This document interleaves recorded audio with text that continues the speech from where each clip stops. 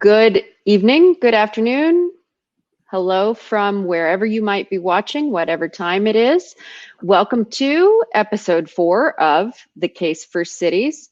My name is Amy Hunter. I am the Literary Programs and Marketing Manager at the Mercantile Library. We are hosting tonight and this entire series. We're thrilled to have tonight's guests. And let's see. Thanks for joining us on a December evening. It's been crazy doesn't even go to fit it. It's been a dumpster fire of a year, and but highlights for me have been things like this series and a lot of our virtual programming. So if you're interested in the library, you can check us out at mercantilelibrary.com. We are a membership library in the heart of downtown Cincinnati. We've been around for 185 years, and we are doing tons of virtual programming right here on Crowdcast. And we also have Zoom discussions, all sorts of stuff. And I look forward to listening to this panel tonight. So with that, I will hand it over to Conrad Kickert. Thank you all very much for joining us.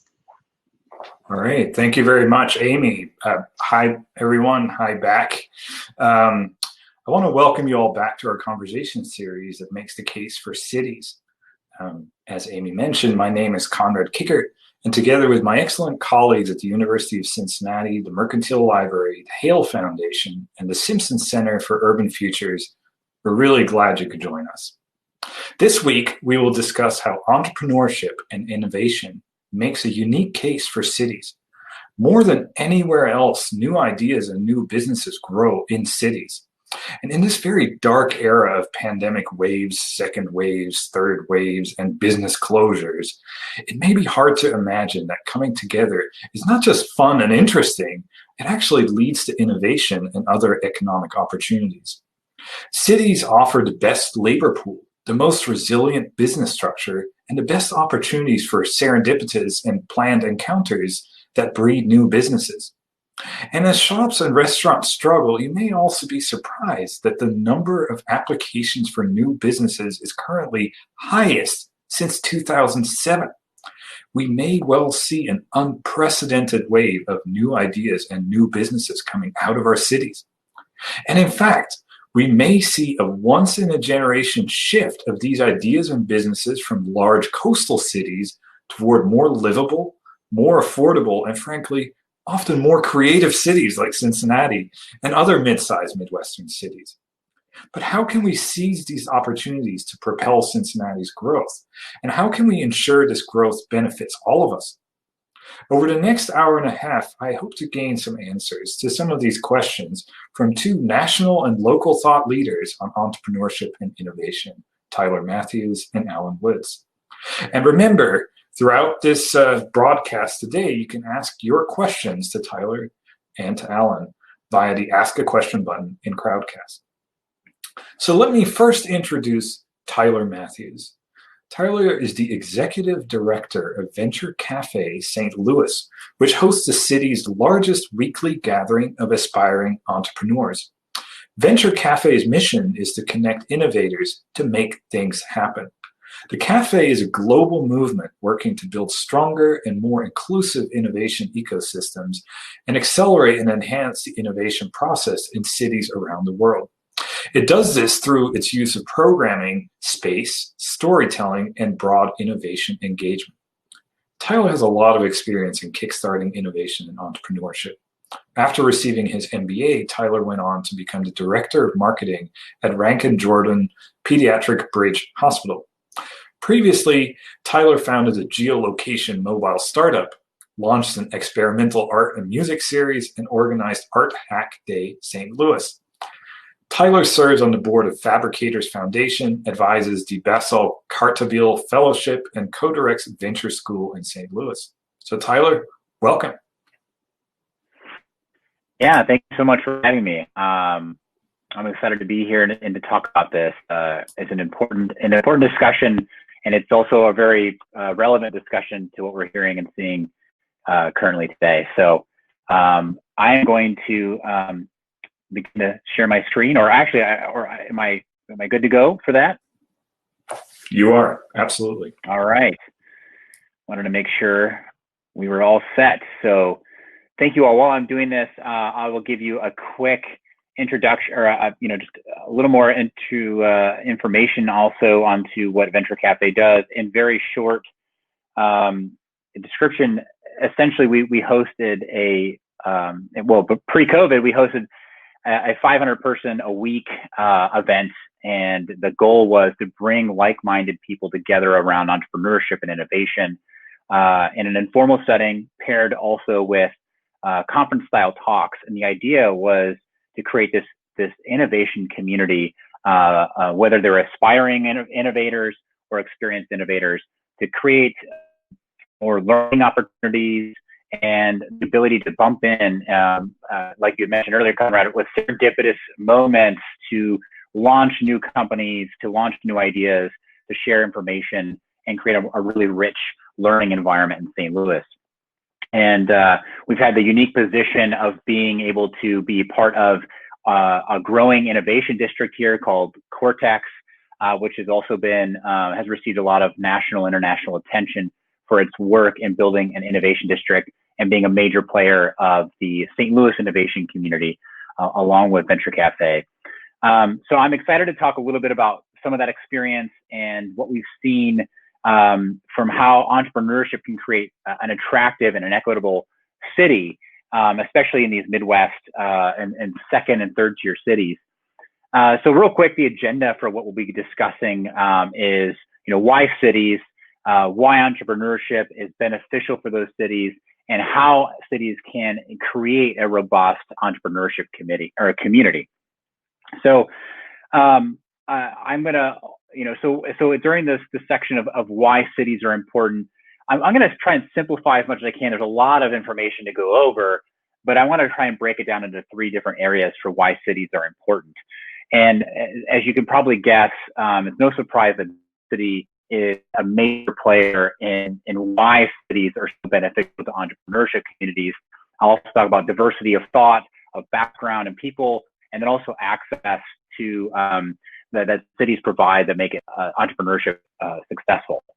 So entrepreneurship is essentially a numbers game. It's the number of months you have left in your runway. It's the number of the capital that you're able to raise, the number of people you're able to speak to, whether it's customers or talent to join your team. And really, you want to continue to expand and grow a high quality social network of folks to make an entrepreneur. Those who they find that those who are really well connected, the high quality communities, clusters of communities, tend to do really, really well because entrepreneurship is is a handful of luck, hard work, but then also the ability to learn quickly. And the more people you have within your network, the more likely you are to get good and new ideas outside of your own closed network. So there's a couple of quotes actually that I found to be pretty interesting. Not news for us, but hopefully it's something that might be, it's a simple concept, but they're also very profound. So entrepreneurs' connections with their peers has been shown to be as important to startup growth in some cities as the role of institutions themselves. This is a quote during a study on New York City's startup scene and what made it so successful. And then another one that we had found was, if you don't have an ecosystem of people you can tap into for support to help with, finding talent or just making contacts, it's 20 to 30 times harder to get your business off the ground. As this one entrepreneur found in London. And the reason really for that is just like I said, social capital is a huge advantage. And their study has been done by I think it was the University of Chicago, their business school, that had revealed that the ability to tap in to these different clusters of social groups and accessing different information not only gave people new, fresh ideas, but it also helped them in their decision making to be less prone to error. And exposure to new ideas led to faster ways to learn, which led them to creative problem solving, which helps entrepreneurs specifically figure out how they can solve problems before they run out of money, right? Until they can get that next infusion of capital or find the business model at scale that works for them. So it's really important that they have these clusters and density of people, which cities are a very easy way to bring together. I would say a great example of that, like I mentioned earlier, is the Cortex district in St. Louis. When the Cortex district started, it was more of a traditional science business park and a kind of abandoned area of the downtown and really close to the downtown area. And that traditional approach had really failed to take hold in St. Louis. And it wasn't really until they had brought on Dennis Lauer, who was the previous president of Cortex, where his approach was more about how do you curate a vibrant community and density within a certain area around a shared kind of understanding of startups and business and innovation. And that happened around 2014. And between 2014 and 2017, when I got involved, there had been huge growth. So in St. Louis, is like if you wanted to be a part of the creative or startup community, you wanted to be in Cortex. And now today in 2020, now you've got companies like Square, Microsoft, which had moved their regional headquarters to the area. And then other large companies, like Aon and RGAX, that wanted to be next to that startup energy, right? They wanted to be able to bump into the right people. Their employees get access to different kinds of innovators in the area. And that was a huge part of the success and growth of Cortex. And it wasn't just that Venture Cafe brought, I mentioned we brought 500 people every week, but it wasn't just that. It was, I need to make sure that I reiterate this. It was that we brought together these different clusters of industry professionals, whether it was artists, talking with, a machine learning expert, or if it was somebody in government talking to nonprofits. It was really that diversity of thought that really created those really valuable, new, unexpected innovations and business collaborations. So, going further on the diversity of thought discussion here is that what you need and what cities help, right, is they expand your network. I already said that, but you need people to essentially tell you that your idea is bad.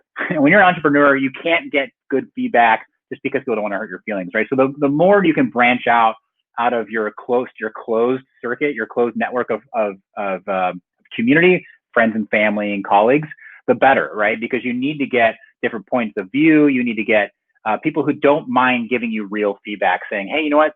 I don't get this, or this doesn't, serve my need, or it sucks. And you need that kind of valid, candid feedback that really the cities don't seem to hold back on. And so, but that kind of network potential, or that the potential to get good and different feedback from these clusters is good, and helps people get the right mix of thought to help entrepreneurs grow. So also, companies, when they are scaling, diversity becomes a much bigger play and importance as companies start to scale up. There was a couple of studies that I had read not long ago from the National Academy of Science. We were talking about diverse teams, and that, like I mentioned, that the more homogenous the group was, they found that they were more prone to error, more prone to their biases, which is no surprise. And then also they were able to, when they were more diverse groups, different races, ethnicities, they were more likely to examine the facts in front of them with a more objective lens. So not just like the different perspectives and experiences that we're able to bring to the table, but even just the objectivity of the group began to rise. And you need that when you're in a startup, right? So, and as the startup goes from its startup phase, early stages, and it goes into growth stage, obviously it's no question at that point, you need diversity of talent and thought to be able to reach different communities, different people groups. And as you scale globally, obviously, you can't go in there with your majority culture thinking you're going to be able to change customers to adapt to what you want. You have to then, build trust and tap into that community in an authentic way. So, even just from the pure economic standpoint, that is necessary for companies to grow and succeed. And cities just already bring that, just by the sheer numbers, they already bring a lot of diversity to the table. And that's just something that it gets harder as you go out to the suburbs or into more rural areas to be able to get access to. So I wanted to move on to into discussions. I wanted to jump right into the idea around the pandemic and why cities are still important even during the pandemic, because you can't get away with any discussion right now without talking about the pandemic And there's so much discussion around, the doom of cities. And to be honest, they're not going anywhere. I was able to listen a little bit to another talk in this series where Bruce Katz was talking about the resilience of cities. And he made a great point. He basically said that if you look at the centuries of the histories of cities, they've survived. The idea of the city has survived countless, wars, pandemics, uprising. It hasn't mattered over the centuries. They've survived, and this idea has not gone away. So I don't see that this pandemic, as though it has been unprecedented, is going to have that same. It's not going to cause the same kind of effect that people are talking about in the news of doom and gloom.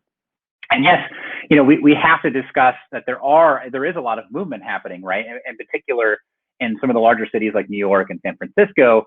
But even then, right, we're seeing kind of a shift, and the data still doesn't support that people are leaving the cities. They're just kind of changing the cities that they belong to. So even San Francisco, people from San Francisco, they're still moving to Austin, Chicago, New York, even other large metropolitan cities, and then they're also Cincinnati, St. Louis.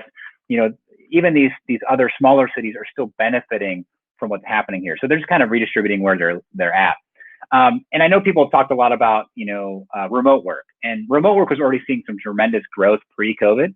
I had found that it was right before COVID had hit, in a serious way. Already 3.4% of the working population was working remote. And then obviously that jumped to who knows how large that percentage was. And once COVID hit, and while that growth from even early this year to previous years has been pretty tremendous. In 2015, it was about almost 4 million people working remote. Now in February of this year, it was about 4.7 million. We didn't see, during that growth, we didn't see a lot of people leaving cities to go out to the suburbs or rural areas in a way that was meaningful or noticeable, right?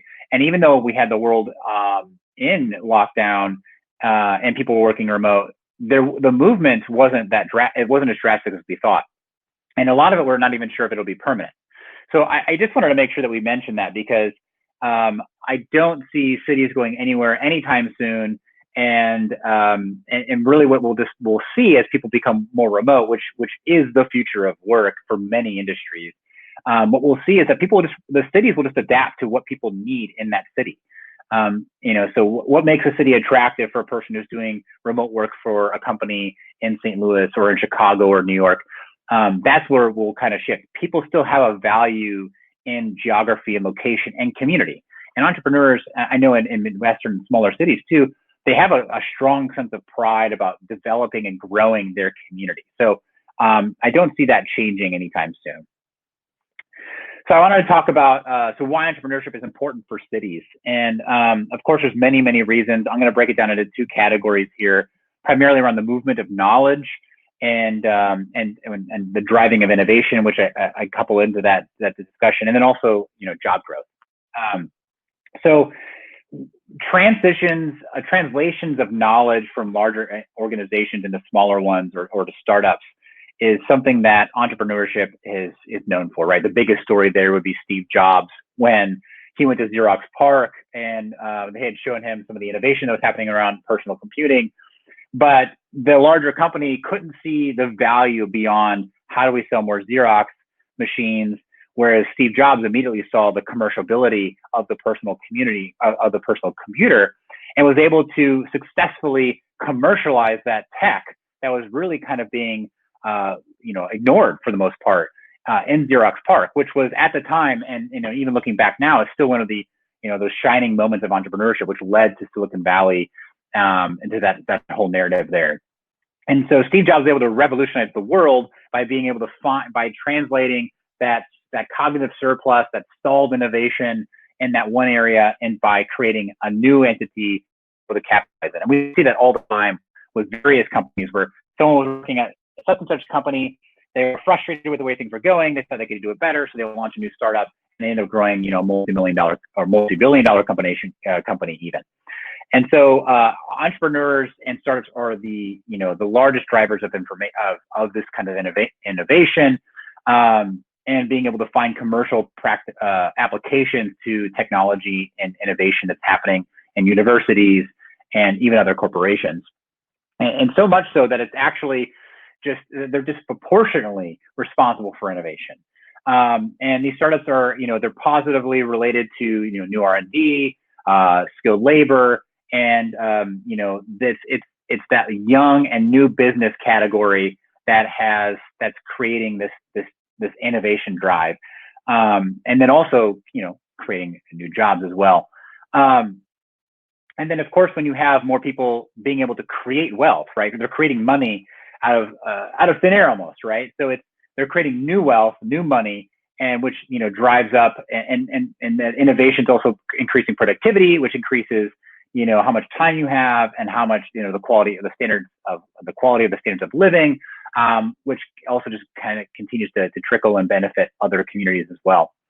And this is a good thing that we know that startups and young businesses are the drivers of jobs and innovation, because what we've seen recently, very recently, is that the traditional economic development approach has really kind of taken a hit, right? I think some of the two famous ones was Foxconn in Wisconsin, and also Amazon's HQ2 in New York, which failed to materialize there. And so instead of cities competing to give money away to the richest companies in the world, instead of having to worry about that strategy, they can focus on internal, and how can we build up the talent and value and innovation that's already available in our city. And so that's good news. And then also too, if we continue to see,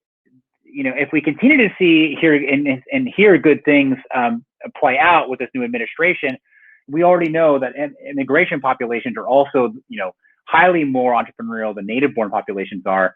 And so if there's already that predisposition to startups, there's new opportunities to invest and support those immigrant populations to be successful entrepreneurs, which will then turn into new jobs, which turn into new growth and increased standards of living and more access to those typically underestimated populations. And so the other topic of that is driving jobs, right? So we've already talked about this a little bit. People a lot of times will say that small businesses are the drivers of jobs, but it's kind of coincidental. It's small businesses that are young, right? So startups and small businesses that are in their early years are the ones that really drive jobs. If we can find, if small business startup gets that 5 mark and is able to get to, one, be alive, but 2, start to see employee growth around that 20 to 500 employee range, that's the real source of job creation. More so than large corporates, and more so than really, small businesses in general. So once we see that, they made it past 5 years, they're growing towards 20 employees, that's when you know that the real job creation and value to the community is going to start to materialize. And economic development, if we can try to look at supporting that kind of growth, we'll be able to save money and tax dollars and redirect that towards areas that we know are proven to generate jobs. That's been seen and proven by countless studies. I know the SBA continues to do studies on the benefit of small businesses as well.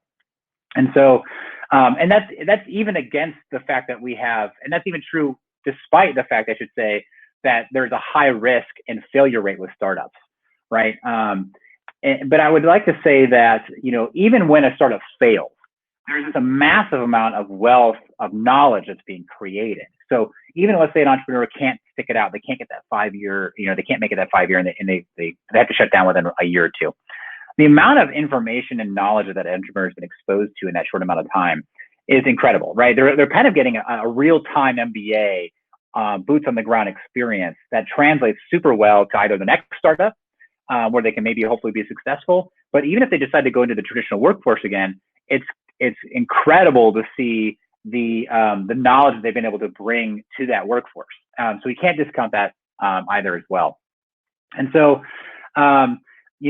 before I jump into the kind of how cities can help with entrepreneurship, I do want to note that we've seen just incredible growth in immigrant communities and entrepreneurship. And then even just in St. Louis specifically, a lot of support coming out for underrepresented and underestimated founders. And I think if we can continue to figure out a way to, I would say, distribute the failure better. And what I mean by that is I say, how do we distribute the failure better or more fairly? Is that startups, most fail. So that's a given, right? But for whatever reason right now, that failure is concentrated in certain populations. And that's the part we need to fix, right? How can it be more evenly distributed so everybody has the same fair shot? And so if cities can figure out a way to tap in to help underrepresented communities have the access and the resources available to them, we can hopefully start to see, and the capital, we can hopefully start to see a smoothing out of bad luck. Because with the intense growth of some of these immigrant populations, especially Latino groups, where not just in sheer numbers are they growing, but also in advancement in entrepreneurship, we can then help them become more successful, which then encourages other folks to take on similar risks. And they can also, be inspired by, hey, that person looks like me and they did it. Maybe I should give it a shot, and then continue to build wealth in those communities as well. So basically, to recap that before I move on to how entrepreneurship can be developed in these cities is, creating cities can create attractive environments for people who are predisposed to learning and disruption and innovation. And so by able to that density and that energy is really what attracts them. And one final example on that is that when Cortex was developing their new strategy around density, the board chair of Cortex at that time, he had emphasized just the importance of that buzz that Cortex was developing. And that buzz and that energy, as superficial as that sounds, is what really caught the attention of everyone. They said, what's happening over there? We have to have a presence in that place where all these entrepreneurs are. And that's why, companies like Microsoft would spend the money and the effort to move from, suburban area into the heart of the city to be next to that creative and innovative energy that was being, dug up by the entrepreneurial community. And so you can't really understate that kind of like wow and cool factor as well. So as far as like focusing on entrepreneurship and how it can be stewarded well by a city, let me advance my own slide here. I wanted to highlight two main things because there's a lot of great material out there already on how cities can foster innovation. And there's some great work by the Brookings Institute. I know Bruce Katz's group, the Global Institute of Innovation Districts, has done some great research. But what they would do is they would break down kind of like what are the assets that a city needs to be successful in that regard, which comes down to some physical assets. What's in the area? Is transportation accessible? Do people feel safe? Do they have access to residential and coffee shops where they can run into people? Do they have the right networking environments? Do they have cities and universities that can supply, young and fresh talent and provide jobs? But there's plenty of that material that's out there. I think that the things that get missed sometimes are these more subtle things about distribution of opportunity, like I was talking about earlier, about, distributing, the bad luck evenly. And then also the cities really kind of partnering with existing organizations and partnering with entrepreneurs, because what we see a lot of times is a city will come in and say, we need to have that strong entrepreneurship community. So the city's going to launch an accelerator, or the city's going to launch, XYZ program to support entrepreneurs or co-working space. And what we've seen specifically in St. Louis, but I've seen this in other cities as well, is that there is a lot of this top-down approach that does not seem to work well, especially with entrepreneurs, right? Entrepreneurs don't like to be told what to do. They don't like to feel like they're being restricted, and they feel like they know best, for what they need, which is true, right? Just like how they know that their customers know what they need more than they do and need to prove that what they're building is beneficial. Cities also need to be speaking to their customer essentially and hearing from them directly, what do you actually need, instead of us just going off and launching new co-working space and accelerators. Because the ones that we've seen here have tended to do poorly compared to the private ones. And so by partnering with the existing entrepreneurs, it can be a much more fruitful experience there. Let me also do the caveat too, though, because entrepreneurship, a lot of cities are now adopting entrepreneurship as a way to differentiate themselves from others, but it's not a silver bullet. And so that's why we need to make sure that when we are doing this, that we're being thoughtful about how we're approaching underestimated communities and founders. And it's not enough to necessarily say, we're going to create these opportunities and everyone's welcome. Because what we've seen is that there's a lot of trust building that needs to happen. And Venture Cafe has experienced this, Cortex has experienced this. This is why we've changed our approach to how do we engage minority founders, is because you can say, hey, doors open, but really, unless there's a trust being built, a lot of times people will say, you know what, I wanted to come to this thing, but I didn't feel like it was meant for me, right? There's a lot of preconceived notions that come with these things. There's a lot of mistrust that's already been established. And there's a lot of times there's this air of ignorance, or not ignorance, but well, maybe that too, but arrogance within these communities, right? But there's this myth that the entrepreneur is this Harvard dropout with an engineering degree, and that's the kind of person that you need to be in order to engage in these communities. And it's absolutely not true. And there was a great study I'd seen by a venture capital firm, I believe it was in Texas, when they were looking at their portfolio companies. They realized that there was no strong correlation between their successful startups and those that were started by people who had, Ivy League degrees, people who had certain experiences. It came down to, did they have essentially the grit to continue on when things got hard? Were they able to learn quickly and discover what customers really needed so they can create and discover their business model? And were they able to learn, or were they able to have the right access to capital? And those were kind of the things that they were discovering, more so than did you come from Harvard and Yale? Did you go through Y Combinator? Did you do these other things? Now, those things obviously can help, but it's not a prerequisite.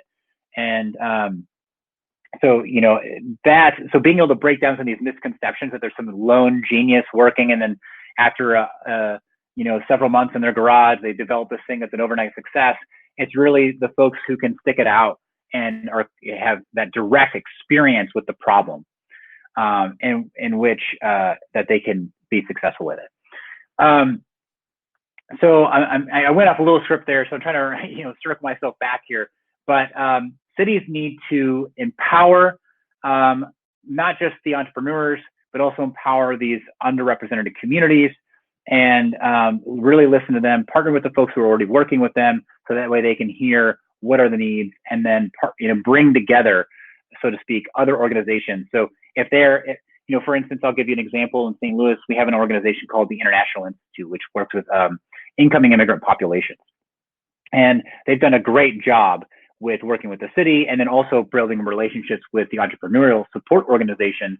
So that way, when an entrepreneurial family comes to the city, they're able to plug them in to things like Venture Cafe, other programs like Arch Grants, which gives $50,000 non-dilutive equity to startups. And that way they can begin to build trust with this organization. And then that organization is then able to say, hey, here's the other things. But because that trust has been built, they're able to make a meaningful connection to these other organizations. And so when that organization calls up and says, hey, there's this entrepreneur we want to introduce you to, there's already this established kind of trust.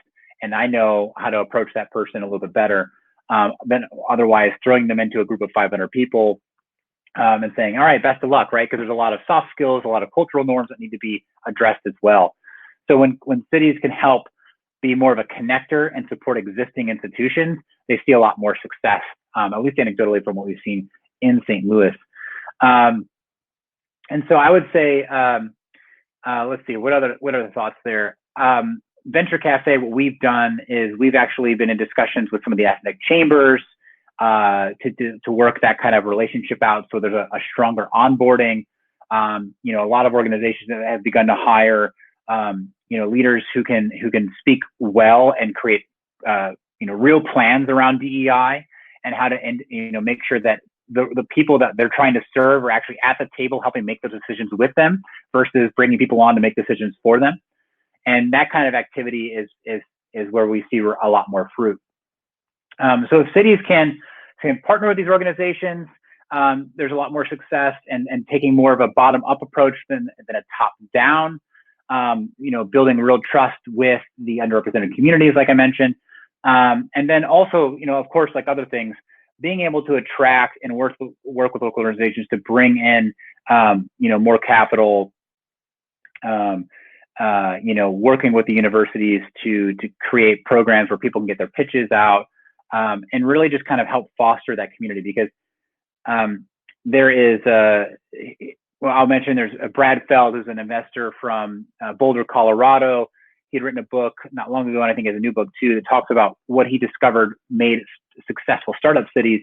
And he said in the end, the common thread was really that he was able to find those cities were able to give the entrepreneur the platform, and it was entrepreneurial led. You need universities, you need government, you need those entrepreneurial support organizations, but they can't be the ones leading the entrepreneurial community. It has to be the entrepreneurs in order for it to have sustainable long-term success. Because otherwise it becomes too disconnected over time of what the needs are, and they just begin to serve more of their numbers and impact to get more dollars to keep the programs up and running versus really serving the entrepreneurs that need it the most in the end. So some final thoughts here too is there's some great resources. There's a lot of great resources that are out there that I've read in the past that kind of helped inform some of the thoughts around what we're doing here in St. Louis. And I would encourage you, hopefully you can access some of these. But the final thought would be the density, the energy around startups and cities are what drives that sense of community, which helps support entrepreneurs to take that risk. It's a big risk. They need all the support they can get. And cities they do a very good job of providing that community, and then providing the support systems and mechanisms that they really need, because it is a hard thing to do, entrepreneurship. It's not for everyone. And so it's vital that they have that support system that a city just really does so much better with, and continues to connect those entrepreneurs to other resources. So anyway, I will leave you with that, and we'll turn it over to Conrad for the next steps here. Okay, thanks very much, Tyler. That's a lot of insight. There's a lot to process here. This is really great. So next, I would like to introduce Alan Woods, Managing Partner and Creative Director of Mortar, a Cincinnati entrepreneurship incubator that focuses on enabling historically marginalized entrepreneurs to access the resources needed to start and run successful businesses. Through a 15-week program, Mortar helps both existing and aspiring entrepreneurs build a comprehensive business canvas and learn the nuances of business management. The goal being to launch businesses that create jobs and circulate dollars locally. So Alan, I took this from your bio. You are a devoted husband, father, and entrepreneur in that order, which is great. A lifelong Midwesterner, Alan's never allowed the size of a city to place a limit on the size of his dreams. Alan is a creative force behind the Mortar brand, as well as a business consultant and training facilitator for incoming students. His determination, or stubbornness, as his mom would call it, apparently, has allowed him to develop a resiliency that has grown with him on his entrepreneurial journey.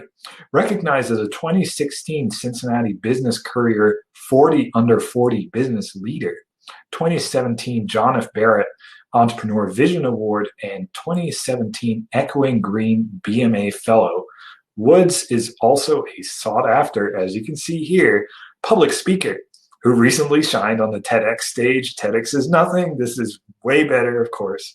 As a brand strategist and designer, Alan assisted directly in the growth of hundreds of small businesses and personal brands across the globe. Welcome, Alan.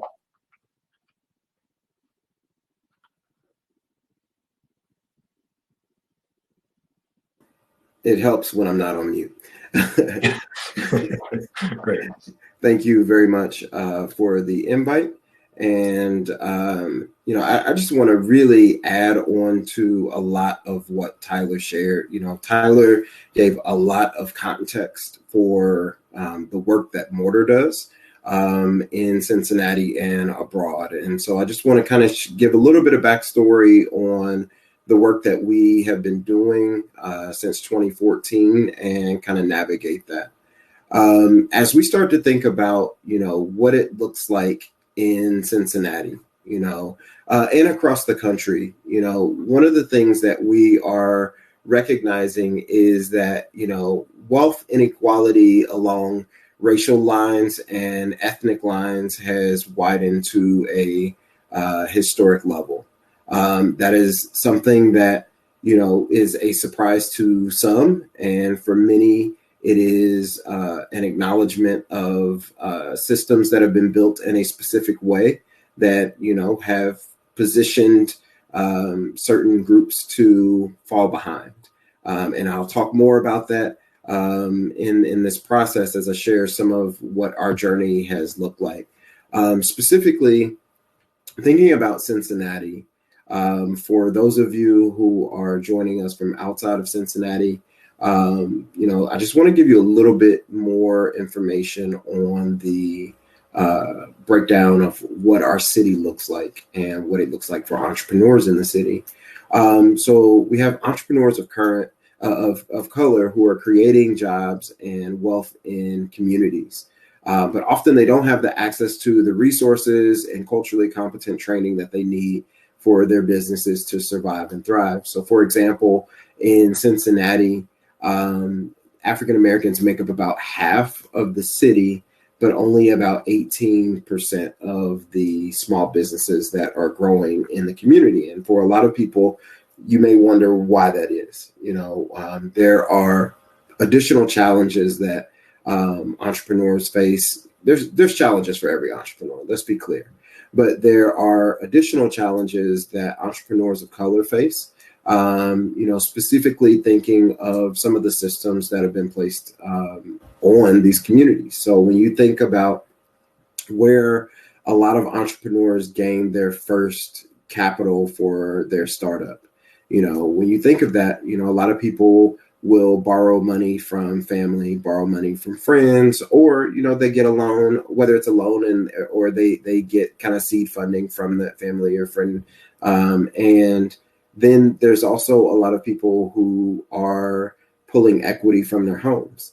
And when we look at some of the, ramifications on the Black community and in Latino communities, there have been laws that were in place until 2 generations ago that literally prevented African Americans from purchasing property. So you could not purchase your home. You could rent a home in a specific area, but you could not purchase your home. And when you have someone who wants to be able to pull equity from a home, if you have not been able to own a home for a long period of time, it makes it difficult to pull the equity from that home. And also when you look back through systems of redlining, where there were policies in place by banks that specifically would not invest in specific areas because they were populated by Black people, that creates additional challenges, which means that there's a lack of tax revenue that goes to education, which means that you're not going to have the greatest schools, which leads to additional challenges in these neighborhoods. So just to give a little bit of context to where a lot of these entrepreneurs are starting. What Mortar does, we exist to help these historically marginalized entrepreneurs build businesses and transform communities. And we believe that any entrepreneur can thrive if they're equipped with the right amount of resources and they come with the hustle. When you think about the plight of women in this country as well, I was talking to one of my mentors recently, and she mentioned that in the 70s, she wasn't allowed to have her own credit card without a man signing for that credit card with her. And it just blew my mind to know that that was a policy of banks. So there have been a lot of institutions, from governmental to financial, that have built systems that have created a lot of challenges for, lots of the entrepreneurs that we work with. 89% of the participants who come through our program are Black. 64% of our participants are Black women.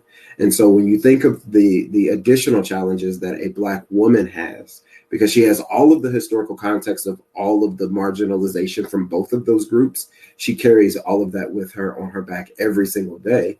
And then she goes to try to start a business. And we're finding that it's really challenging for Black women to gain the things that they need to move forward. When you look at the numbers of people who are in the startup community, when you look at white men who are raising millions and millions and millions of dollars, and I believe the threshold of Black women who have finally raised over $1 million, I think we're at about 15 at this point, and that's not per year, that is 15 total. So these are some of the additional challenges, and that's why Mortar steps into play. There are a couple different barriers that we've identified. And for each of the barriers that we identify, we have created an equal opportunity for that barrier. So we basically identified 4 different barriers and dissected it to determine what would be the opportunity here. And as we start to look at, working in Cincinnati and working abroad, these are some of the same challenges that we're finding as we are doing studies in other cities. These are the same exact challenges that people are finding as they are entrepreneurs trying to start out. The first barrier that we have identified is a lack of know-how. So you may know whatever your gift or talent is, and you say, hey, I'm really good at making bracelets, for example. And it's just knowing what to do with that gift or knowing what to do with that talent. So I know that I know how to make bracelets, but how do I monetize this? How do I make sure that I am making more money from this than I'm spending? How do I make sure that I'm sourcing my beads or whatever it is that I'm using to make these bracelets for the price that is going to be adequate to increase that profit margin? And a lot of times people just don't know how to do that. So the first thing that we did was we created our Entrepreneurship Academy.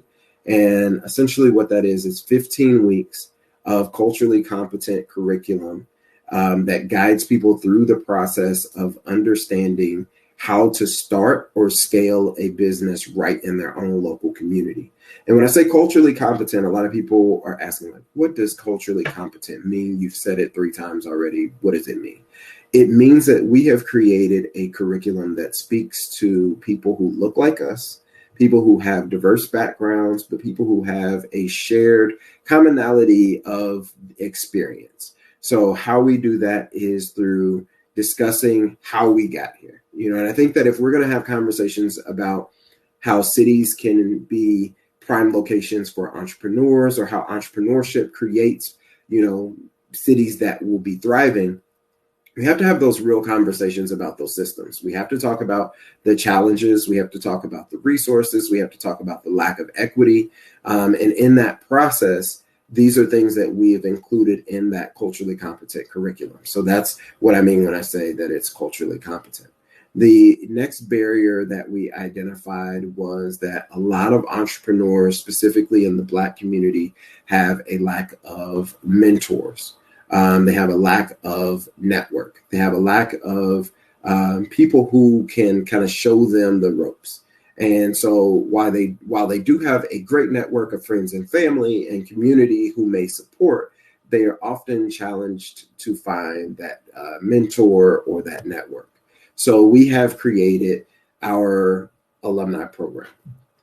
What the Alumni Program is after they graduate from our 15-week academy, we have an 18-month program that digs deeper in with our graduates. We want to make sure that we know what all of the challenges are in their lives. Some of those things are related to the business. Some of them have nothing to do with the business. But we use that time to offer that guidance, that mentorship, those guardrails, and really get people prepared for the next level. So we are able to pair them with additional mentors that are either in the local community or from across the country who may have experience doing the exact same type of business. Mortar tends to get a lot of lifestyle type businesses. So we get a lot of people who are coming to us and they say, hey, I want to start a cupcake business. I have recipes from my grandmother that have been passed down from generation to generation.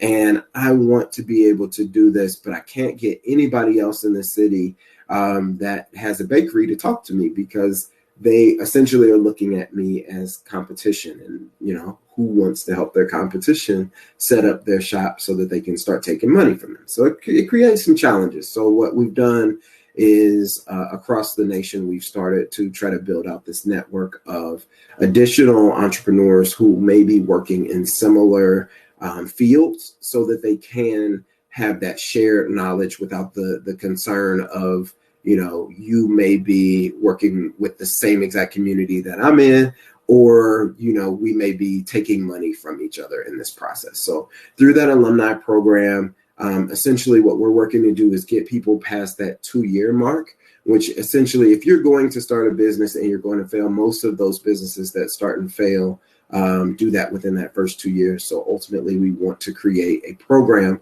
that helps people to get to that 2-year mark and helps them to be ready to scale their business in that process. The third barrier that we've identified in Cincinnati and some of the other cities that we work in, and I'll talk about those other cities that we're in currently later on, but it's an access to space. You know, when people are just getting started and you go to a landlord and you say, hey, I saw that you have your space for lease and I'm really interested, but I'm just getting started. No, I don't have any tax documentation. I don't have any, you know, pile of receipts where I can show you that I have income for my business. So that offers many challenges for entrepreneurs who are just getting started, which a lot of our entrepreneurs are just getting started. And we see the ability for them to move forward, but they just don't have the track record yet. So what we have created is a series of physical locations called brick pop-up shops. So for those of you who are super clever, you have already got the brick and mortar connotation there. So we have brick pop-up shops and we have mortar as the organization. In the pop-up shops, it gives us an opportunity as mortar to use our reputation and our track record to go out and sign a lease for a physical location, which then gives us the opportunity to license that space to our entrepreneurs. We've done that in a couple of different ways. One way that we've done that is through having a person come in and use the space for very short-term periods of time. It gives them an opportunity to use real customers, to get real testimonials while they're making real money in real time. And so we've done it for as short as a weekend, or you can do a week or a month for that particular pop-up model. And it gives people an opportunity to start to build up their confidence in their ideas, because one of two things happens when people try out their concepts in our pop-up shops. You know, they either learn that they know everything and everything is going to work exactly as they expected that it would, or they get in the space and they start to really experiment and they learn that, you know, there were some of their assumptions that needed to be tested and it didn't necessarily work out exactly like they thought it was going to. And I think that cities need to create more opportunities for entrepreneurs to test. You know, there are a lot of times when, even when you have the track record and even when you have the, you know, receipts to walk into a space and sign a lease, a lot of times you are testing some assumptions that you haven't tested in that way before. Maybe you had an online store and you've never had a physical location, but this gives people a chance to test that out. And as we start to experience, you know, COVID, and what we've navigated through this process is that there are a lot of people who need a shorter term opportunity to test out their concept, or they just need a lack of commitment, you know, to say, hey, I just want to try this for a week and see what happens if I take my online offering and move it to a physical location. And, you know, see if my network is really going to support the work that I do. See if I do curbside, if people are actually going to use my website to order and put their time in. Like, it gives them a chance to test it out. So we like to think of this as an urban entrepreneurship laboratory where people can literally go in and test out their hypothesis, see what works, see what doesn't, and then go back to the drawing board and continue to innovate. I think that is really important, for, when you're thinking about things like this, to think about collaboration. Who can I work with in this space? A lot of times we work with developers. When you think about cities, you think about gentrification, you think about revitalization, and all of these things. The developers are typically the ones that we identify as the anti-community individuals. Sometimes that's true. Oftentimes it's not. Sometimes the developers just don't know how they can be of assistance. And so we've had a lot of conversations with developers in the city and across the nation to help them to realize that, in the same way that there are mixed income housing units, that there is a potential to start introducing mixed income, storefronts. Like, what would it look like to start a storefront out at a 25% rate of what it would normally be? And then as they grow, they start to pay 50% of what the normal rate is. And then as they continue to grow, 75%, until they're ultimately at a point where they're able to pay 100% of the rent that the other storefronts on the block are paying. So we're introducing this notion of testing out, these spaces to see what's possible, because I think that when we're thinking about innovation and the way that mortar has operated in Cincinnati and around the country, it is about testing out concepts that maybe haven't been tested before with populations that have been, pushed to the margins. If we're thinking about entrepreneurship being used as a tool to revitalize cities and to reconcile, some of the systems that have been created, I think that to reverse those things, we need to be innovative in the approach. So in the same way that communities went through redlining, then communities need to go through greenlining. And I'm not saying like opportunity zones where people who have lived in the community are not able to purchase in that area. I'm saying build systems where the people who have lived in these communities throughout this entire time of divestment are now being invested in, and they are given the opportunities to kind of continue to move forward and to grow. The fourth barrier that we have identified is the access to capital. So even after you go through the academy and how to start your business, and you go through the Alumni Program and you have that mentor and that network and that ability to grow, and you have kind of those guardrails that help to move you forward. And then even after you have a physical location, you need access to capital. When we think about our pop-up shops, one of the latest concepts that we did was a storefront called Pause, which is PAUSE, not PAWS. It has nothing to do with pets. But it literally is a storefront designed to make you take a pause in your day. So they have alternative wellness products. They have 4 entrepreneurs that have gone through our program that we kind of curated into this space based on the businesses that they have. So you can walk into this location where 4 entrepreneurs are splitting the rent, they're splitting the light bill, splitting the alarm, all of these things. And it makes it so that it's more feasible for the 4 of them to come through and start a business together collaboratively. During this time of the pandemic, their grand opening was on Valentine's Day, so it was all love on Valentine's Day. And then a month later it wasn't. So they have had some significant challenges, but because there's 4 of them collaborating on this space, they've been able to kind of secure their presence in that space. Whereas one entrepreneur alone would have had the challenge of staying open during this time. And they've made nearly $100,000 this year from February till now. And I don't have the most recent estimate, but the last time I checked, it was around the $100,000 mark, as these entities that have come together in this space in this very trying time, and they're doing a physical location. But one of the things that they needed was access to capital. They didn't have the money to start this build out of this place. And so we were actually able to get a grant that was helpful in that.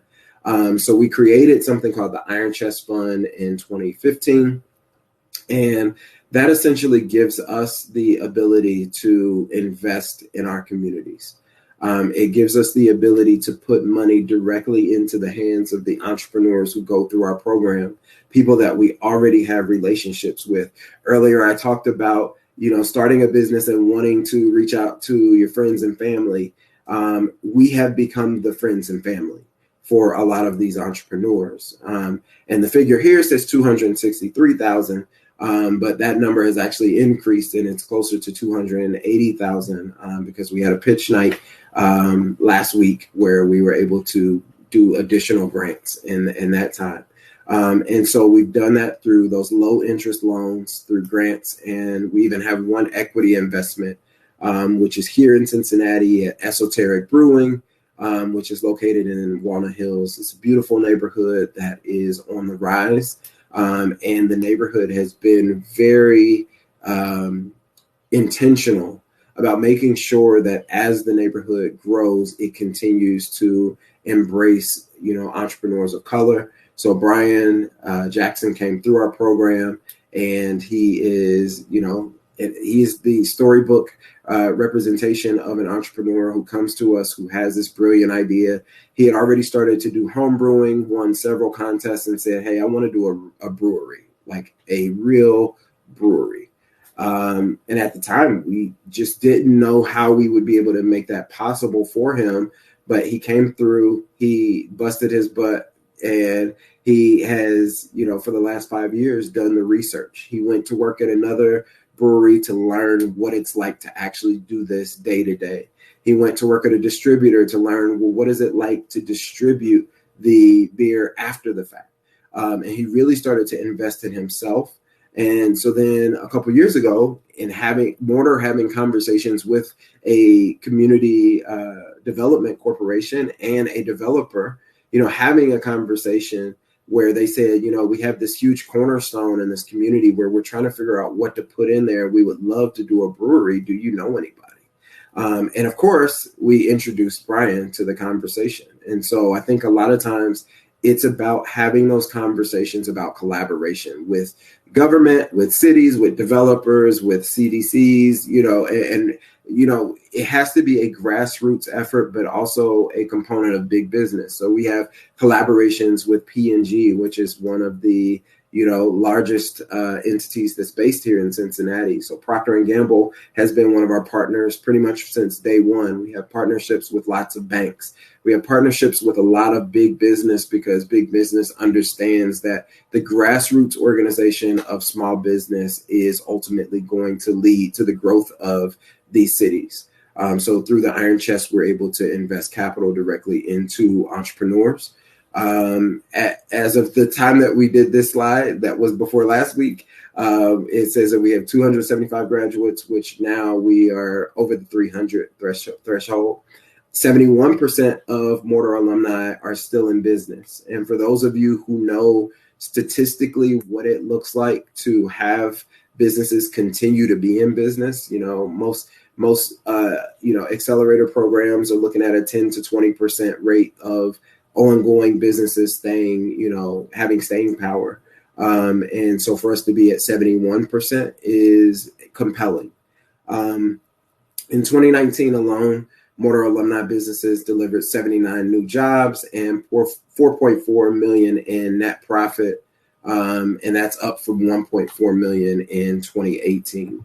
And we're continuing to scale our impact. As I mentioned, we are growing because we understand that the same challenges that we've had in Cincinnati are the same challenges that other entrepreneurs have across the nation. So we have expanded to Covington, we're in Milwaukee, Akron, and we're in Kansas City, Missouri.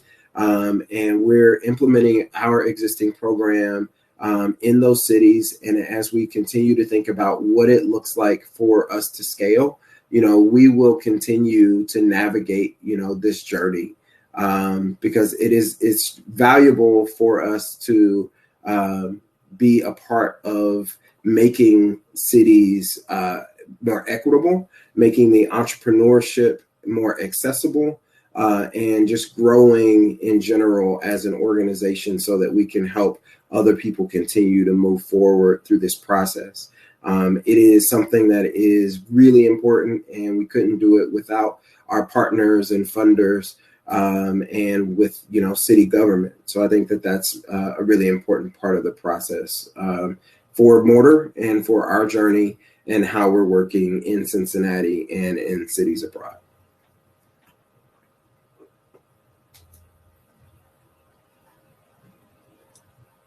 Sorry, I'll unmute myself. Thanks very much, Alan. This is really great. Yeah, some really interesting ideas you brought up. Let's talk about those soon. Essentially, what I would like to do is, from now on, it's going to be a conversation. To all of you at home, please ask a question with the Ask a Question button, and we can answer these. We, Tyler and Alan. I'll stay as quiet as possible. But let me just fire off the first question, essentially. How, you've kind of shown what innovation and entrepreneurship can do for cities. Let's turn this around. What can a city like Cincinnati, a mid-sized Midwestern city, what can we do for entrepreneurship and for innovation? And to put this in a more interesting current perspective, we may have soon quite a few incoming council members and a new mayor coming in as well. What would you tell these new people? How could they help entrepreneurship and innovation? Yeah, I would start by saying that what cities can do for entrepreneurs is to, first off, embrace equity. That's a starting point. I think that it's beautiful to invest in tech, and I think that tech is very sexy. It's the thing. When you're at a dinner party, you want to tell your friend about this latest tech initiative that you have invested in and what the returns are going to look like, or, oh, you can go on your phone and you can download it right now. It's not as sexy to tell your friend that you have contributed to Mortar, and because of Mortar, a guy was able to start a lawn care company, and now he's cutting all of the lawns in Walnut Hills. It's interesting, but it's not a dinner party conversation per se. So I think that when you start to think about how city government starts to navigate that, to think about it in the same way, what are the areas of opportunity that we're creating? So for one, you're creating jobs, because one of the really important parts of going through the Mortar program is that we are encouraging our participants to stay in their communities, so that, don't just take your idea and run to some other community and then take the money out of that community and bring it back. But, see if you can build something in your community. Work with your local CDC to see what their plans are. Now, if it finds out that it doesn't make sense for you to do your business here, if you want to do a lawn care company and everybody in your neighborhood doesn't have grass, it doesn't make sense to do it in that neighborhood. You got to go to a neighborhood with plenty of yard. That's going to make more sense for you. But figure out what you can do in your local economy, hire locally, and then help. I think city government will start to understand that, if people are creating jobs, that increases tax, people who are paying taxes, that decreases people who are on unemployment. So investing in institutions like Mortar, or like other organizations like GCMI or other places like that in Cincinnati that are working with entrepreneurs who are grassroots, it will eventually go back into the city's pocket, and if we're looking at it from an economic standpoint, that you're getting it back. You're making an investment. These are people who are going to be committed to their neighborhoods, committed to their city. And then ultimately, if they grow beyond the city and they're ready to expand, you get to say, we were the city that made it possible for them to get started, and now they have expanded to another city. And that's what I think about, and Mortar is a perfect example. When we first started, we literally were only going to do this small program in Over the Rhine, one neighborhood, one program over and over. And that was it. That was our foresight, was Over the Rhine needs this. And then we got a call from Walnut Hills. And then we got a call from Avondale. Then we got a call from the West End. And so these neighborhoods started to see what we were able to do in one neighborhood. And then they started to say, hey, we need that here, which has then allowed us to be in 6 neighborhoods in Cincinnati and 4 cities outside of Cincinnati, with 2 more in the pipeline for first quarter of 2021. But if no one had taken a chance on us here as a city, that would have been a challenge. And when we talk to other grassroots organizations in other cities, there are a lot of those cities that don't invest in programs similar to Mortar. And they're really short-sighted in how they're operating and how they're investing, because they're not seeing the return. And I understand that, when you're investing, you want to see the return. And the return is if nothing else, the infrastructure, the tax dollars, and the credibility and the amount of attention that we bring back to the city. Because if we're thriving, people nationally want to hear our story. There are people in the chat right now who are from other cities who are now going to hear the story of Mortar because the city of Cincinnati took a chance and said, hey, we believe in these guys. Let's include them in our annual budget. Now, when we started in the budget, it wasn't a lot. We had to grow, and we're still growing. I mean, and we definitely could get more. So what I would say to incoming city council members and the incoming mayor is to have a conversation with real communities, with people who are really doing the work in communities, and make sure that you show them the money. It can't just be all lip service. You can't say that you want to alleviate poverty, but not work with any of the organizations that are working directly with the people who we're teaching people how to fish. And there's nothing wrong with the organizations who are helping them by giving them a fish to eat that evening. But in the meantime, we also have to think future tense. We're teaching them how to fish so they can get their own fish for a lifetime. Great, thanks. Tyler, what do you think? What would you say to a Cincinnati council member or mayor? To be honest, what I was going to say was just that they should be talking to Alan, because, but seriously, I mean, he actually kind of summed up, especially in the second half there, what I was going to say as well, is that you need to be speaking with the people that you feel like, the communities in need. They need to be brought to the table to be part of that solution. And the folks that are there hitting the streets, like Alan and his group, they're the ones that know they know the best. They're the ones talking to those folks, and they need to be consulted in those discussions. And that's what I was talking about with that bottom up versus a top down approach. So honestly, I'd leave it at that. I'd say, incoming government officials need to be talking to people like Alan and others like him that are doing that work in the city.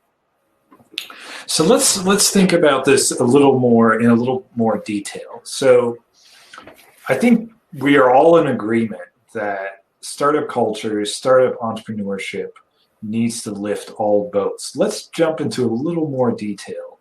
Is how do you do that? And my main question to the both of you, who does it? Is it going to be that mayor or council member? Who would you expect to do this? What's, for instance, the role of universities, or what's the role of larger corporations as well? Who would you talk to next after you talk to your council member or mayor? So I'll jump in here quickly, just because we've seen something like this happen in St. Louis, where what we've seen kind of happening here has been really primarily around it's really still a bottom-up discussion. And I mean, it's great having Alan on here, because he basically does everything that in the first 2 questions that you brought up. And it's who are the folks on the ground, and bringing them to the table, and honestly having the different support organizations, including universities and government that's interested, bringing them to the table. And I think what we saw in St. Louis, really this beginning of the launch of our startup community, was that we had different civic leaders come together and say, hey, we need to support these folks that are, they're the ones driving, they're the future of this economy. How do we make sure that we're supporting them? And it was by getting those people who saw the importance of that together at the same table and saying, all right, how do we tactfully do this? How do we make sure that we're not creating too much duplication of effort? How do we take stock of what's already here, and then all together kind of identify, okay, where are the gaps still? And so I really, I definitely think that government has a role to play. But typically what I see that works tremendously better is when the organizations that are closer to the entrepreneur and the communities that they need, that they're the ones kind of driving that discussion. So the person who's, that entrepreneur community that doesn't have access to all the resources, we need to reach out to them and say, what needs to be done? And all right, now would you be part of this team to help inform what those plans look like? So it's, again, Alan's work is doing it, right? So he's seeing the results of it by being able to make those connections. But Alan's got the connections to this resource and capital world, and then the connections to the community he's already involved with, and he's being able to bring them together. So more of that collaboration, more of that bottom up approach, and getting people to address the real needs. Alan, in addition to that, I think that the way that we think about education in general is wrong in most cases. And the fact that you can, hey, this is what you get. I think that you have people who have assignments in class that have nothing to do with the community that they're located in. When I was in graphic design school, that's what my degree's in. I was doing all these projects that were being recycled.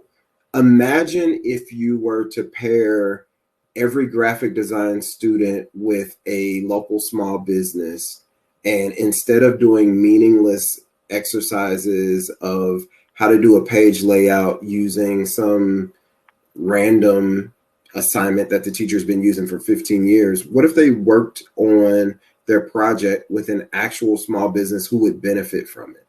What if they actually went into the community and did a website? If I have to do a website as an assignment, doesn't it make sense for me to do a website for a small business that would actually benefit from the time that I have to put in anyway? And then, so not only do I have something in my portfolio, but I actually have benefited someone in this process, and working, we've actually partnered with University of Cincinnati on, with their law clinic. And we have law students who come in and they work with our alumni during the summer, and they're paired with, an advisor who's at one of the local law firms. And, they're actually able to offer legal advice and help people with partnership agreements and contracts and all of this stuff that makes sense. But why are we not doing that with every single facet of education? Because there's so many opportunities for collaboration that's meaningful. We worked with Xavier, and we have some people who are in a business writing course who have started to write for participants of our program. And so for one, it saves them money because they're not having to try to find someone to write text for a brochure. They have a student who's going to do it, who's going to get a grade on it. And it benefits not only the student, but it benefits the community. We have to start thinking about ways to really collaborate and teach collaboration in the process of going to universities and colleges. It's something that is done rarely, but should be done. It should be a part of the tapestry of every college that's located in a major city in the United States, period.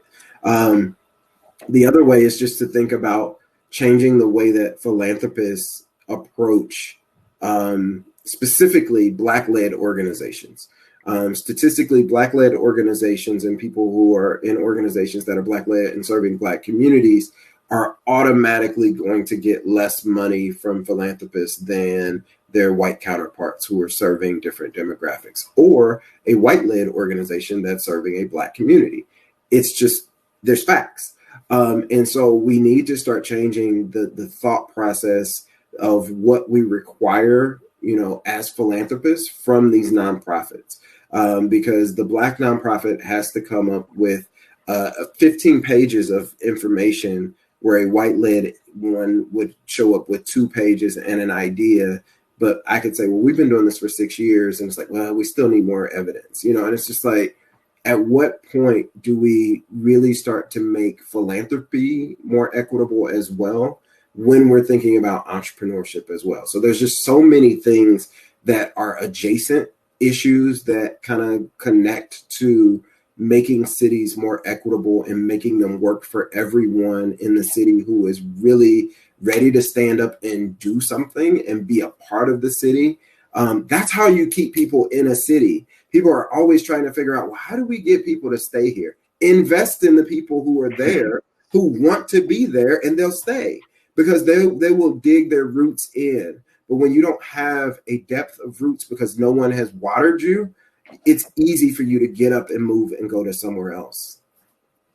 I want to add one quick small thing to that too. Yeah. I think when an entrepreneur is looking at their user base, there's this understanding that if you're losing users, there's no point in you going out to try to attract a bunch more, right? Yeah. Like, you need to address the leak in your bucket first and figure out how to make it useful for them. And then once you've nailed that, then you can go out to grab more. I think cities do the same mistake where they're like, oh, how do we attract the Amazons of the world? But they're willing to invest those dollars, but they're not willing to invest the dollars in their own backyard, right? It's that kind of what was that saying about no profits respected in their own hometown kind of a thing.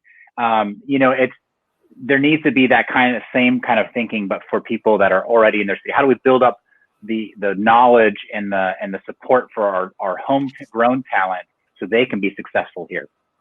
Yeah. So Tyler, that brings me to, and then I promise I'll get to the audience questions. Brings me to my final question, which is, what do you think are the roadblocks? Why do you think so many of these mid-sized cities are going after those big fish, right? With the Amazon HQ2 fiasco traveling throughout the United States. How would we change that? Like, how do we overcome that roadblock? How do we get cities to recognize that their greatest assets are their own citizens? Yeah, I mean, that's tricky. A lot of that is mindset, right? There's just a way of how things have been done, right? Traditional economic development, while it does have its benefits, it's just that it's hard to change large institutions like that because taking those kinds of risks are foreign to them. And it's also, especially with government, if you mess up too big, you're not getting back into office, right? So taking some of those risks are hard for them. I think what we need to see is we need to have entrepreneurs who've made the successes, the brewery that you had mentioned, Alan, those who are starting to get success and are now have like leveled up their status in the community, then going back and saying, you know what, we need to be thinking more, they need to get the ear of people in cities and start building up this kind of new narrative around, look at the success that's happened. How do we continue to foster and grow that kind of success here? But it takes a lot. It's a shift in thinking. And so it's a challenge to be able to do that effectively and quickly. And so, I think it just comes to being able to get those people who have the wins under their belt to come back and be advocates for their own cities. And even folks who've left, right, they can come back and say, this is why we had to leave, or this is why we felt like that was a good place for growth. But we hit a ceiling at some point. And because entrepreneurs will always complain about capital, and that'll never go away, but there needs to be, there needs to be some additional support beyond just those discussions. Alan, can I ask you locally? Cincinnati is known as a pretty corporate town, right? We have some very large companies that have a lot of say, a lot of sway in City Hall and beyond. How did you connect the will of those larger corporations, which is really what Tyler's talking about, is the relation to larger corporations to smaller businesses? How did you connect those two? How did you connect those larger juggernauts like Procter & Gamble, Kroger, to your startup ecosystem? I think that cities are often divided. They're often kind of designated and defined by those larger entities. So, for example, I'm from Indianapolis. And so, home of Eli Lilly. Eli Lilly does not have the luxury of fast innovation. You know what I mean? Like, it's a pharmaceutical company. You have to get it right. And you have to test for a long time to analyze and see, is this the right move before you go to market? And I think that in Indianapolis, a lot of times that's how people also navigate, is they test a lot before they start. So I think when you think about a Procter & Gamble whose, main, DNA is innovation and change and being ahead of the curve, and, how do we do this quickly? Even though there is obviously testing and things involved, but they are always moving quickly. They move with passion. And I think that gets ingrained into the tapestry of the city as well. So a lot of the people in the startup community are either from P&G, or they have had connections to P&G, or they have investors, and they are rewarded for that innovation. And so when you think about, you have to look at how quickly your city will allow a startup to move forward, and then look at who the key players are in big business in the city. It'll often give you an indication of the culture of the city and how quickly you can move things through, or if it's going to be very bureaucratic, because you'll know how those guys move is often going to dictate how the smaller guys move. And so, we just kind of started having real conversations with, P&G about what we're doing, why it's innovative, how it's helpful. We talked about entrepreneurship and, what it looks like to have people have an entrepreneurial mindset within corporations. And that has been really helpful in starting to think about what these new partnerships will look like with P&G, Kroger, and other entities as well, as like in embracing entrepreneurship as a new part of corporate, innovation.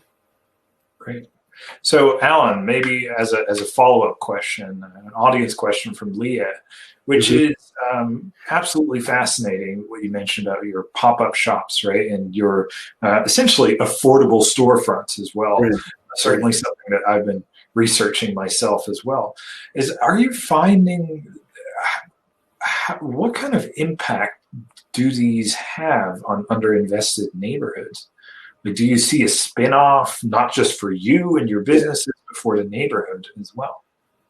I think that they have the opportunity, with the right business, and the right fit, it has an opportunity of becoming a long-standing entity.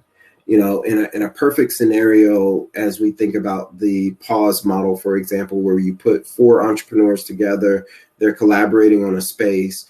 In a perfect scenario, at the end of the lease, we remove our names from it. They sign the lease, they stay, and they become a neighbor for the community. They hire from the community. They are sourcing products from people in the community. They are providing a service for people in the community. For example, in that particular store, you can go and you can get crystals, you can get cold pressed juice, you can get a massage, you can get a plant, you can get a soy-based candle. They do candle making workshops. They do workshops on how to take care of your plants.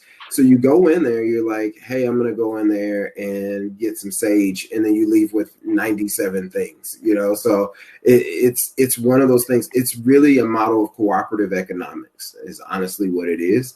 But, if they are in the right space and they are able to collaborate well, and sometimes it can be like the real world, though. You're putting 4 strangers in a storefront and hoping for the best, and, for this particular group of people, it worked perfectly. And they are planning on taking over the lease and continuing their journey together as a unit. And I think that is a best case scenario as we start to think about what is the new economy look like for entrepreneurs, during COVID and post-COVID. Collaboration is one of those things that will always be beneficial.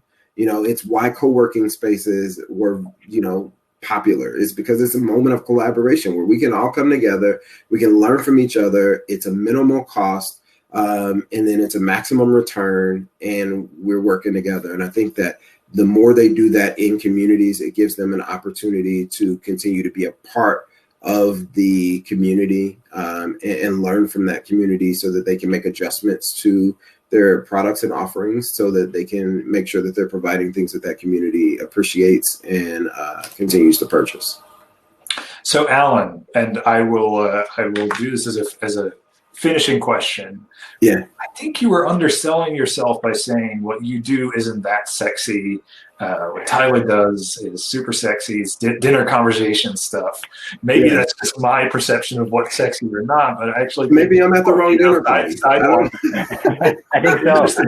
That's a whole different conversation. I'm like, when do you come to St. Louis? I'm at the wrong dinner parties, maybe. I know, wrong dinner party, right? A sidewalk with interesting shops, interesting places to go, and interesting place to meet are actually incredibly interesting and very valuable for the tech community. And this is what I would like to connect, is the boots on the ground work that you do actually has been proven to really add to the value of the tech community that Tyler is trying to build. So Tyler, could you maybe conclude by saying, what do you think is the value for your kind of innovation and entrepreneurship of the vibrant streets and businesses that Alan creates? What do you think is the symbiosis here? Yeah, I mean, they're completely linked, right? I mean, that's what those Brookings Institute studies had come out with regarding successful innovation districts, was that you needed that when it was the physical networking and capital assets that you needed. The things that they talked about was that you had to have that kind of not eccentric, but like the more kind of like community oriented, creative, small business feel, right? That entrepreneurship feel, whether it's tech or it's a record store or whatever it is, a restaurant. Those things need to be in the community to attract entrepreneurs, and that's what Cortex has done here. Is that they knew that if it was just a traditional science or business park, that people come in 9 to 5, they leave, the area doesn't benefit. But if you can build that, I mean, they're putting in a lot of effort into bringing more creative and artistic entrepreneurs into the area and the arts, because they understand that that's what attracts. Entrepreneurship is a creative endeavor. And so it attracts that kind of like-mindedness. And so as they're planning for how does this community become successful and attract the kind of innovators that we want, they're completely building it in mind with the kinds of people that Alan's working with directly. I mean, the breweries that down the street, right? Or the shops that people want to support a local shop. One of our most successful events we ever threw here in the district was a Black-owned small business pop, and it was wildly successful. And it's that kind of stuff that the community is looking for to support and to be around, whether it's a bioscience lab, person in the lab, or someone that wants to launch a business in general. It's that kind of activity and community that people are looking for. Great. Well, thanks very much, both Tyler and Matthew. Tyler, Alan. It's been a pleasure to have you with us here for the whole evening, really. Also, thanks for those of you viewers at home, for your questions. Some of those I've noticed Tyler's really been answering in the question sheet, which is great. We all hope to see you at home back next month, next year, and next year can only be better than this year, right? On Wednesday, January 27th at 7:30 p.m. when my school planning colleague Vikas Mehta discusses the importance of movement and infrastructure in cities. Be sure to check out all the other interesting conversations we have going on at www.thecaseforcities.org. We've actually added 2 exciting conversations on the City of Art and Culture on June 16th, and partially to answer to Alan's point, the Philanthropic City on July 14, where we will be discussing what philanthropies could and should do for cities. In the meantime, I invite you to check out the conversations by the Urban Consulate, which focus on urban issues and opportunities, specifically racial, class, and gender equity. Their next conversation on racial solidarity will take place Monday, December 14 at 7 p.m. Check them out through the Mercantile Library or on www.urbanconsulate.com. Last but not least, I would like to thank my colleagues at the University of Cincinnati, the Mercantile Library, the Hale Foundation, and the Orville Simpson Center for Urban Futures for their support. Furthermore, I would like to thank North American Properties and the Western and Southern Foundation for their support of the book that will come out of this conversation. More about that soon. In the background, I would really like to thank Amy Hunter, who in the background has been making sure your Crowdcast experience has run very smoothly, actually. If you want to see this conversation again, be sure to check out our website. You can also check out the Crowdcast website. Meanwhile, enjoy the rest of your Wednesday evening. And finally, I can say, see you in 2021.